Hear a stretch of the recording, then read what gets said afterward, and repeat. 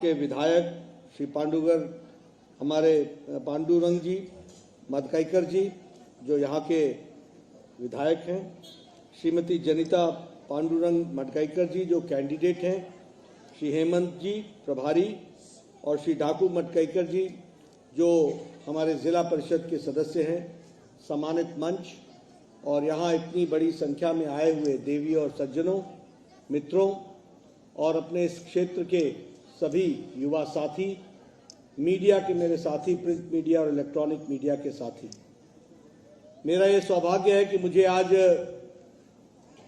इस चुनावी सभा में कुंभरजुआ में आने का मौका मिला है और आप सब लोग इतनी बड़ी संख्या में एकत्र आए हैं। आपकी ये बड़ी संख्या, महिला शक्ति का यहाँ पर उपस्थित होना और जिस तरीके से आपने ताली बजा करके मेरा स्वागत किया है, वह बताता है कि आपने मन जनिता जी को चुनाव में जिताने का बना लिया है। यह स्पष्ट मुझे दिखता है। आज पंडित दीनदयाल जी की पुण्यतिथि भी है। एक बहुत ही विशेष परिस्थिति में रहस्यमय तरीके से भगवान ने उसको हम लोगों से छीन लिया था आज के दिन, और वो हमारे वरिष्ठ नेता जिनके नेतृत्व में पार्टी ने एक अपना अखिल भारतीय स्वरूप भी लिया, ऐसे पुण्य आत्मा को हम याद करते हुए, नमन करते हुए आज उनको हम भावभीनी श्रद्धांजलि भी देते हैं और उनसे प्रेरणा लेते हुए उनके बताए रास्ते पर चलने के लिए भी हम आगे बढ़ने का संकल्प लेते हैं। मित्रों, ये चुनाव की बेला है और चुनाव की दृष्टि से हम सब लोग आज चर्चा करने वाले हैं। सबसे पहली बात तो मैं ये कहना चाहता हूं कि जब गोवा की जनता को मैं देखता हूं तो मुझे गर्व भी होता है, गौरव भी होता है। गर्व और गौरव इसलिए होता है कि आपने लंबे समय तक विदेशी ताकतों को झेला, आप लड़ते रहे और लड़ाई आपकी छोटी नहीं रही। लगभग 451 साल की लड़ाई आपने लड़ी और आपने आजादी हासिल करने में कोई कसर नहीं छोड़ी।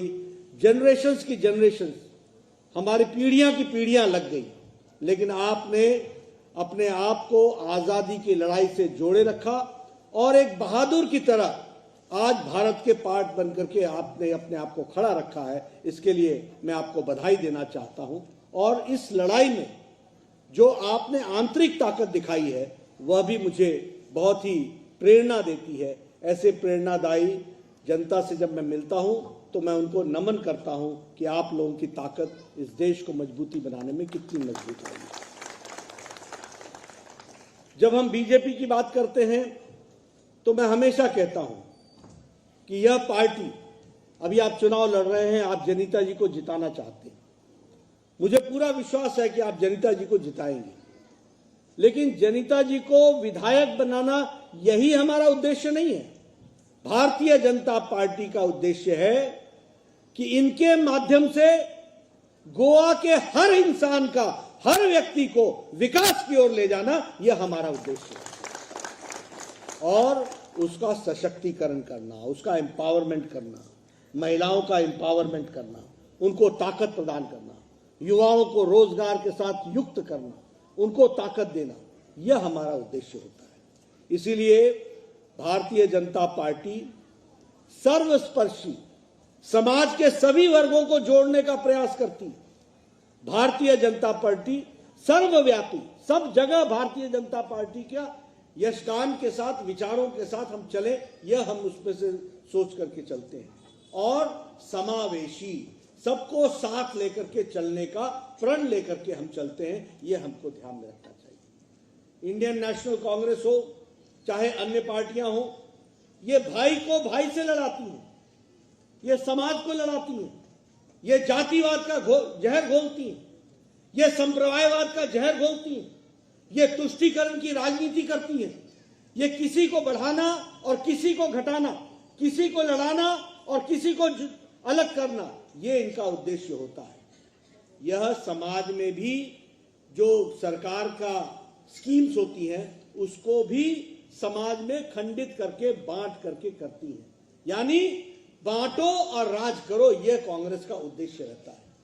यह भारतीय जनता पार्टी है जिसका मंत्र है, मोदी जी ने रखा है, सबका साथ, सबका विकास, सबका विश्वास और सबका प्रयास। सबको साथ लेकर के चलो, यह भारतीय जनता पार्टी का मंत्र है। इसको हमको याद रखना चाहिए। जहां तक हम इस सबका साथ लेकर के चलने की बात करते हैं, आपने देखा होगा बाकियों की जो नीतियां होती हैं वो डिवीजन की होती है, हमारी नीति होती है सबको साथ लेने की। आज कांग्रेस पार्टी चुनाव लड़ रही है, वहां हर एमएलए ही चीफ मिनिस्टर बनने की कोशिश कर रहा है, हर एमएलए एक दूसरे को हराने की कोशिश कर रहा है और पार्टी को साथ चलने की कोशिश कर रहा है। यह हमारी पार्टी है जहां सबको साथ लेकर के चल रहे हैं, लेकिन हमारे यहां कोई झगड़ा नहीं है। हमारे यहां हम प्रमोद सावंत के नेतृत्व में चुनाव लड़ रहे हैं, यह स्पष्ट है और सबको स्पष्ट है, यह हम ध्यान में रखना चाहिए। लेकिन वहां अभी सरकार आने के दूर दूर खड़े हैं, कहीं आने का नाम नहीं, लेकिन चीफ मिनिस्टर के कैंडिडेट के रूप में वह खड़े हैं। मित्रों, हमारा सपना क्या है? हमारा सपना है कि मनोहर पार्रिकर जी का जो गोल्डन गोवा था, जो सपना था, जिसमें हर गोवन को इज्जत के साथ आगे बढ़ने का मौका मिले, सामाजिक दृष्टि से और आर्थिक दृष्टि से वो मजबूत हो और उसके विकास में हम आगे बढ़ें और मानव डेवलपमेंट में, ह्यूमन डेवलपमेंट में, यानी विकास, कौशल के विकास में हम पूरा योगदान करें और एक गोल्डन गोवा, मॉडर्न गोवा, विकसित गोवा, डेवलप गोवा, इस बात को पूरा करें। यह मनोहर पार्रिकर जी का सपना था, जिसको आज प्रमोद सावंत, उनकी टीम और आगे चल करके जनिता जी मिलकर के पूरा करेंगी और उसको आगे बढ़ाएंगी। ये भी हमको ध्यान में रखना। आपको याद होगा कि किस तरीके से मनोहर पार्रिकर जी ने अटल सेतु पर जाकर के उसका निरीक्षण किया था जब वो बीमार थे, और एक कार्यक्रम में कहा था, हाउ इज द जोश। उस जोश को बरकरार रखना ये हमारी जिम्मेवारी है और उसको पूरा करने के लिए जनिता जी को जिताना यह हमारी जिम्मेवारी है। यह मैं आपसे अपील करने आया हूं, यह आपको मैं कहने आया हूं। मित्रों, हमारा सपना क्या है? मोदी जी का सपना है आत्मनिर्भर भारत, प्रमोद सावंत का सपना है स्वयं पूर्ण गोवा, स्वयं पूर्ण, यानी अपने आप में आत्मनिर्भर। और इसको पूरा करने के लिए गोवा को किसी चीज की आवश्यकता बाहर से ना पड़े, अपने आप में हर गांव खड़ा हो जाए, हर एक फैसिलिटी गांव में अंदर हो, हर तरीके की सुविधा गांव के अंदर हो, यह उसका उद्देश्य है। और मोदी जी ने 400 करोड़ रुपए आत्मनिर्भर भारत के तहत ये गोवा को भेजे हैं। ये डबल इंजन की सरकार का लाभ देख लो, और पहले साल में ही 41 करोड़ रुपए आ गए हैं जो खर्च किए जा रहे हैं और आपके विकास के साथ उसको जोड़ा जा रहा है। वह भी हमको याद रखना चाहिए। हम बात करते हैं कि समाज में कोई भी व्यक्ति गरीब न रह जाए, कोई भी व्यक्ति पिछड़ा न रह जाए, कोई भी व्यक्ति अंतिम पायदान पर खड़ा हुआ न मिले, वह आगे बढ़ा हुआ मिले, कोई भी व्यक्ति स्वास्थ्य की सुविधा से वंचित न रहे, कोई भी व्यक्ति पढ़ाई की सुविधा से वंचित न रहे, कोई भी व्यक्ति नौकरी से वंचित न रहे। यानी एक विकसित गोवा का हम परिदृश्य लेकर के चलते हैं, और इसको पूरा करने के लिए न मोदी जी ने कसर छोड़ी है और न ही पहले मनोहर पार्रिकर ने और आज प्रमोद सावंत ने कोई कसर नहीं छोड़ी है। यह भी मैं आपको बताना चाहता हूं। और फिर मैं कहने के लिए नहीं कह रहा हूं, आप याद कीजिए, कभी आपने कांग्रेस के रिजीम में सुना था कि स्वच्छता अभियान में कोई टॉयलेट दिया जाएगा, कोई शौचालय बनाए जाएंगे? आज Goa is 100% open defecation free, 100%। आज गोवा में कोई भी घर बिना शौचालय के नहीं है, कोई भी घर। ये किसने किया? ये प्रमोद सावंत जी ने मनोहर पार्रिकर जी के सपने को पूरा किया। ये हमको ध्यान रखना चाहिए। आज गोवा में कोई भी घर बिना बिजली के नहीं है, 100% इलेक्ट्रिफाइड है। ये किसने किया? ये प्रमोद सावंत जी की सरकार ने और पहले मनोहर पार्रिकर जी की सरकार ने किया। आज बताइए, प्रधानमंत्री गरीब कल्याण अन्न योजना में राशन मिल रहा है कि नहीं मिल रहा है? राशन मिल रहा है कि नहीं मिल रहा है? महीनों से मिल रहा है। जब से कोरोना आया तब से 5 किलो गेहूं या 5 किलो चावल और दाल 1 किलो और नमक और तेल और बाकी सारी चीजें मुफ्त दी जा रही हैं मोदी जी की तरफ से। ये हमको ध्यान में रखना चाहिए। आप बताइए, कभी सोचा था कि किसी को हेल्थ कार्ड मिलेगा?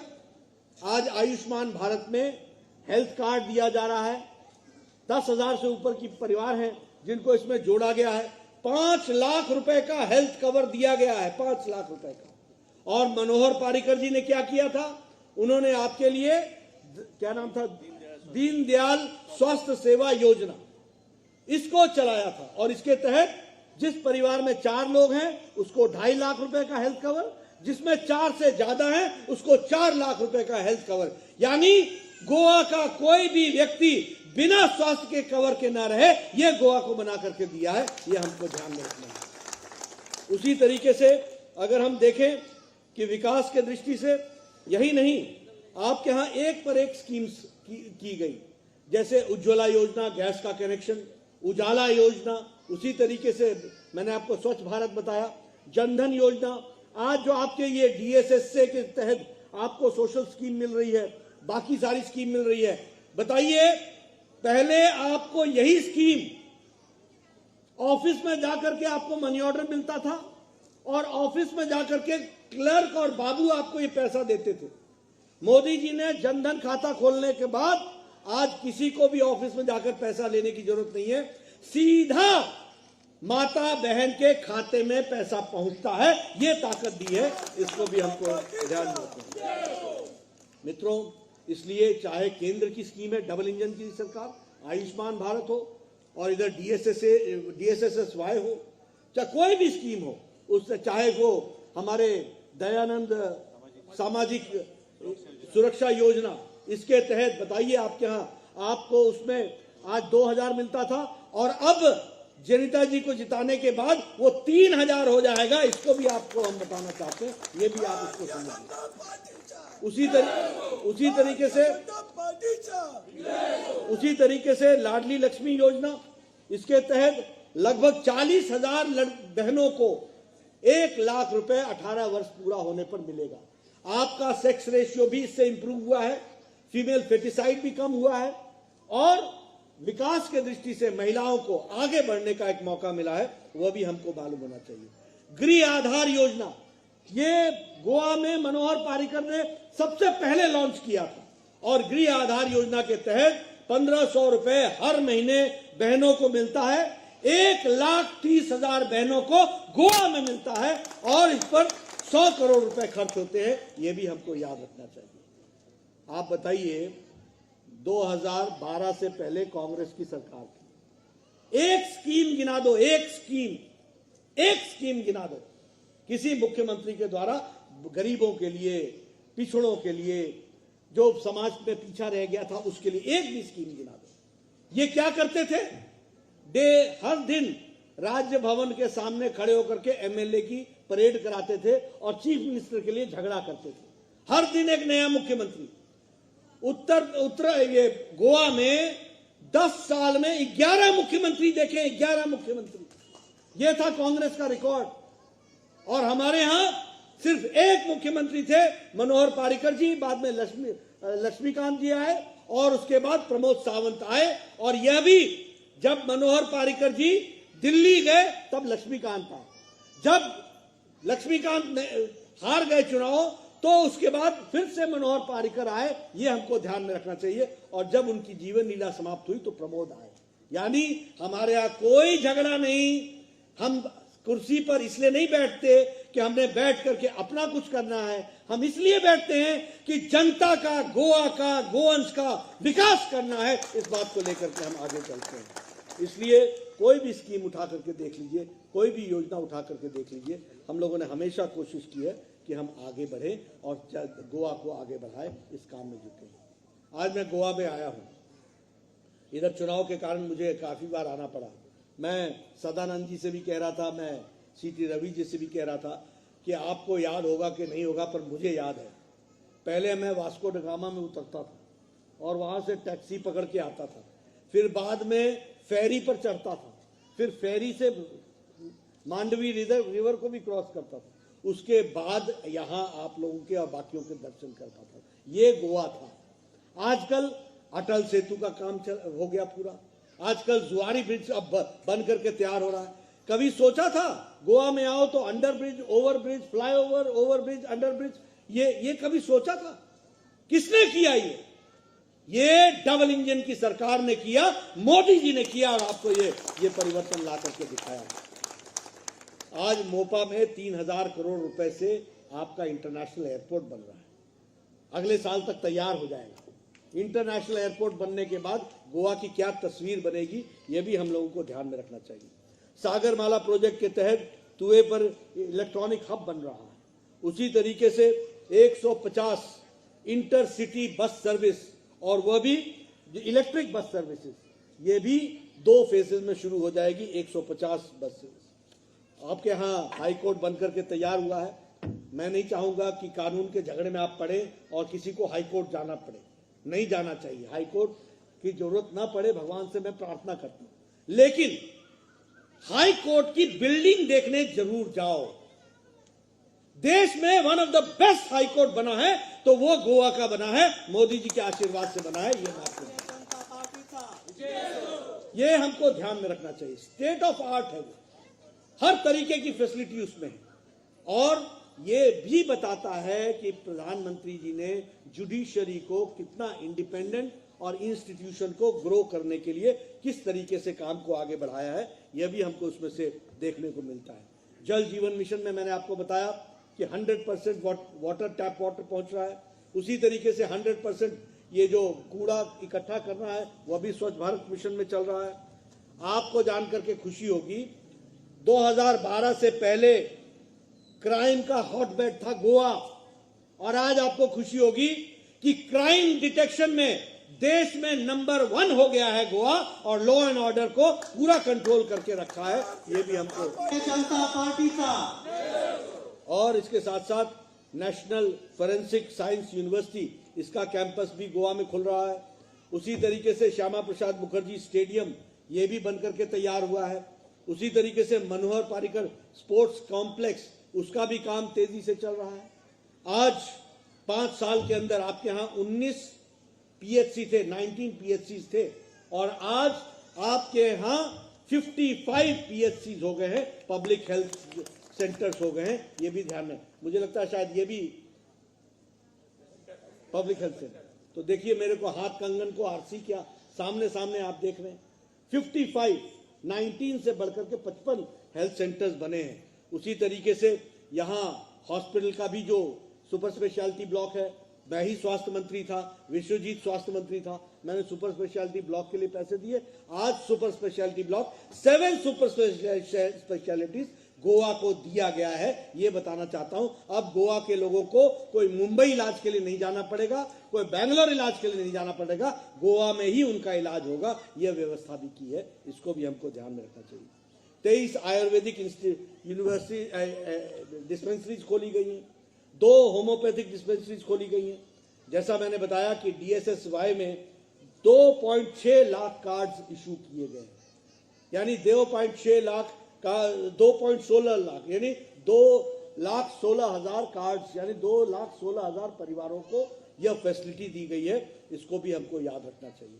लगभग 25 लाख साल में टूरिस्ट आते थे, आज आपके यहाँ 80 लाख टूरिस्ट एक साल में आते हैं। ये विकास हुआ है, और ये कोरोना के दौरान हुआ है। जिस दिन कोरोना नीचे और जाएगा, गोवा का टूरिज्म उतना ही बढ़ेगा और तीव्र गति से बढ़ेगा और टूरिस्ट डेस्टिनेशन बनेगा। ये भी हमको ध्यान में रखना है। 2016 में इंडियन इंस्टीट्यूट ऑफ टेक्नोलॉजी आपको मिल गया, उसके बाद आपको नेशनल इंस्टीट्यूट ऑफ टेक्नोलॉजी मिल गया। उसमें 40% गोवा के लोगों का एडमिशन होगा, 40%, बाहर के लोग नहीं आएंगे। 40% गोवा का एडमिशन की व्यवस्था की गई है, तो इसको भी उसमें जोड़ा गया है। मैरीटाइम क्लस्टर का काम चल रहा है। इस मैरीटाइम क्लस्टर के तहत शिपिंग इंडस्ट्री को एक बहुत बड़ा बूस्ट मिलेगा, और मैरीटाइम क्लस्टर के अंदर हर तरीके की फैसिलिटी होगी ताकि शिपिंग इंडस्ट्री को और मजबूती मिल सके। इसका काम होगा। जो हमारे फिशरमैन हैं, उनको 5 लाख रुपए की सब्सिडी का व्यवस्था की गई है, ताकि उनके फिशरमैन को अपने जीवन यापन को बढ़ाने के लिए, फिशिंग के लिए उनको सुविधा मिल सके, उसकी व्यवस्था की गई है। सब्सिडी दी गई है कैश्यू नट्स पर। MSP बढ़ाई गई है 20% कैश्यूनट पर और कोकोनट पर, यह भी फैसिलिटी दी गई है। एक्वाकल्चर के लिए उसमें लगभग हम लोगों ने सब्सिडी दी है, 50% की सब्सिडी दी गई है। यानी विकास के लिए गोवा के लोगों को किस तरीके से जोड़ा गया है वह आपके सामने मैं तस्वीर मैंने रखने की कोशिश की है। यहाँ मुझे बताया गया है कि NH-17 पर हाईवे पर का फ्लाईओवर जो था वो कंस्ट्रक्ट हो चुका है, उसका काम चल पड़ा है। सड़कों का जाल बिछ रहा है और सड़कों का विकास किया जा रहा है और पक्की सड़कें बन रही है। तो एक विकास की एक नई कहानी आपके यहाँ रखी गई है और उसको पूरा किया गया है। उसको पहले पांडुरंग जी ने पूरा किया, आगे चल करके जनिता जी पूरा करेंगी। ये भी आपको विश्वास दिलाना चाहते हैं, इसको भी हम आपके सामने रखना चाहते हैं। मित्रों, जहां तक हमारा मैनिफेस्टो का सवाल है, हम लोगों ने बड़े स्पष्ट शब्दों में कहा है कि अगले 3 साल तक स्टेट की तरफ से कोई भी डीजल पेट्रोल पर टैक्स नहीं लगेगा। इसकी चिंता गोवा की सरकार करेगी। हमारी बहनों को अगर वो बिजनेस करना चाहेंगी, खास करके टूरिज्म इंडस्ट्री में करना चाहेंगी, तो उनको सब्सिडी मिलेगी और उनको टूरिज्म के लिए लोन भी बहुत सस्ते रेट पर मिलेगा। इसकी व्यवस्था की गई है। इसके साथ साथ हमारे जो ये फुटबॉल स्टेडियम का इंटरनेशनल स्टैंडर्ड का कंस्ट्रक्शन हो, इसकी चिंता की गई है।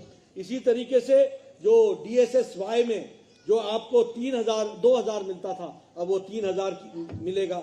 इसी तरीके से माइनिंग को लीगल करने का वायदा बीजेपी करती है, ताकि माइनिंग को हम लीगल करेंगे और उससे हमारी आर्थिक दृष्टि से विकास की नई कहानी लिखी जाएगी। मित्रों, मैं आपसे एक ही निवेदन करने आया हूं कि चाहे आप इस कॉन्स्टिट्यूएंसी की बात करो, चाहे आप नॉर्थ गोवा साउथ गोवा की बात करो, चाहे टोटल गोवा की बात करो, विकास, हर गोवा वासी का विकास करने का लक्ष्य भारतीय जनता पार्टी लेकर के चली है। और इसीलिए मैं चुनाव में आपको अपील करने आया हूं। मैं दूसरों की चर्चा नहीं करना चाहता। प्रधानमंत्री जी का राज्यसभा में दिया गया वक्तव्य आपको जरूर देखना चाहिए, YouTube पर भी जाकर के देखना चाहिए और आपको देखना चाहिए, सुनना चाहिए कि कांग्रेस के लोगों के कारण, जवाहरलाल नेहरू के कारण, इंडियन नेशनल कांग्रेस के कारण आपको आजादी इतने देर से मिली। बाकी देश 1947 में आजाद हो गया, आप बाद में आजाद हुए। कारण क्या था कि देश के उस समय के नेताओं की इच्छा शक्ति नहीं थी कि वो आपको आजाद करें। ये आपने लड़कर के आजादी हासिल की, आपको बहुत बहुत बधाई। और इस तरीके से आगे बढ़ने का काम आपने लिया है, इसको मैं साधुवाद भी देता हूं, नमन भी करता हूं। आप कांग्रेस की बात करते हैं, एक स्कीम मैंने बताया कि वो विकास के बारे में बता दें जो उन्होंने विकास किया हो या गोवा की जनता को दिया। कुछ नहीं किया उन्होंने। आजकल नई नई पार्टियां आ रही हैं। अभी कोई TMC की बात कर रहा था। अरे बंगाल में सबसे ज्यादा ह्यूमन ट्रैफिकिंग बंगाल में है, सबसे ज्यादा महिलाओं पर क्राइम बंगाल में है, सबसे ज्यादा ये जिसको बोलते हैं बच्चों पर क्राइम बंगाल के अंदर है, सबसे ज्यादा अनरिकॉर्डेड क्राइम बंगाल में है। जो बंगाल का ये हाल कर रखा है, क्या गोवा वाले चाहते हैं कि ऐसे लोग यहां पर आए? आप लोग चाहते हैं ऐसे लोग आए? इसलिए आप ध्यान में रखें। और दूसरी पार्टी है जिसने दिल्ली का कबाड़ा करने में कोई कसर नहीं छोड़ी, आप पार्टी आजकल गोवा में वोट मांग रही है। ये सब नए नए रूप में आएंगे, लेकिन भारतीय जनता पार्टी ही ऐसी है जिसका ट्रैक रिकॉर्ड है, विकास भी किया है, स्टेबिलिटी भी दी है और आगे भी हम स्टेबिलिटी आपको देंगे। आप एक बार जनिता जी को जरूर चुनाव जिताएं और उनको आप अपना मत दें। और होने वाले चुनाव में 14 तारीख को आप अपना बहुमूल्य वोट जो है वो कमल के बटन को दबा करके कमल के निशान पर डालें। यही आपसे मैं अपील करने आया हूं। आपने मेरी बात सुनी, आपका बहुत बहुत धन्यवाद। जय भारत, जय भारतीय जनता पार्टी का